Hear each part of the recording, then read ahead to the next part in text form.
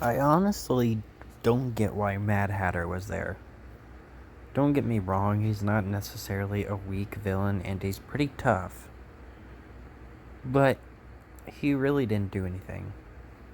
He threw a bomb behind him while singing a cool song, and there was a cool explosion with him and Scarecrow and Ivy.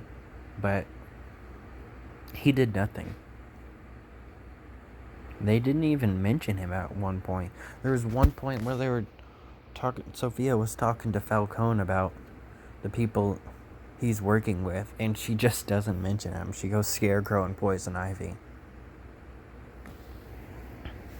He just really wasn't that big of a character. He really wasn't needed, especially with how many characters there was. Joker wasn't needed either, but, he's Joker, so they had to put him in here. I honestly really thought Two-Face and Grundy's friendship was pretty cool. It was clearly more one-sided. Grundy was more friends with Two-Face than Two-Face was with him. I really liked how they handled Two-Face in this. It was really good. Reminds me of Two-Face straight from the comics.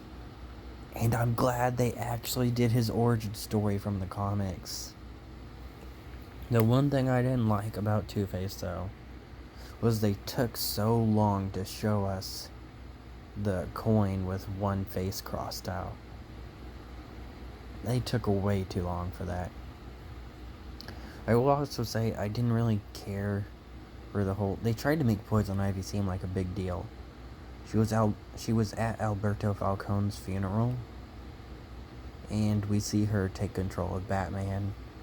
The movie starts with Catwoman immediately saving Batman from Poison Ivy. Just that simple. It felt stupid. It felt wasted.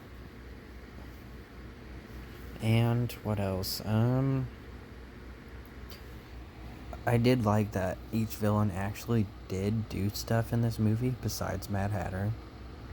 Penguin almost killed Sophia Falcone, though she ends up killing herself after failing to kill Two-Face. Scarecrow gassed Batman and took advantage of him because it was like, I guess it was his first time fighting Scarecrow or something. Because he should have known that Scarecrow was going to have an injection needle, but he didn't. Maybe it was just his second time, since he was wearing a gas mask. I don't know. But I liked that they actually showed Scarecrow as kind of a threat in this movie. Unlike Batman Begins. Same thing with Two-Face. He wasn't that big of a threat. He was kind of a side character in The Dark Knight. And Penguin didn't do too much, but he did almost kill Sophia Falcone, so there's that. And Joker didn't do too much in this, but oh well. He did plenty in the first part. And I think that's all the villains. I've already talked about Poison Ivy. Yeah, Grundy. He's Grundy, so I like Grundy, but of course he's not going to do that much.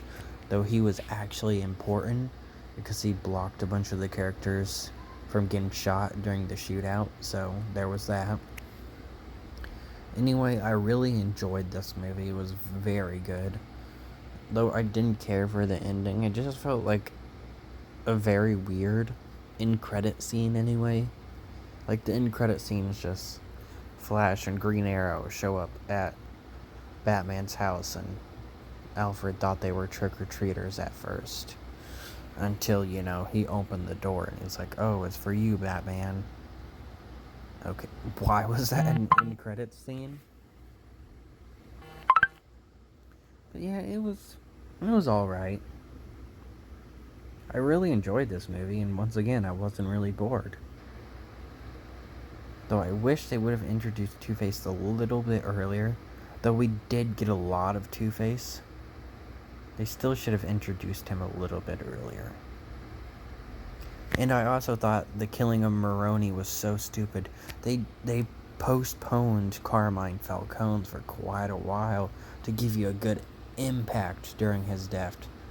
Maroni started showing up more, and then the next thing you know, he's dead.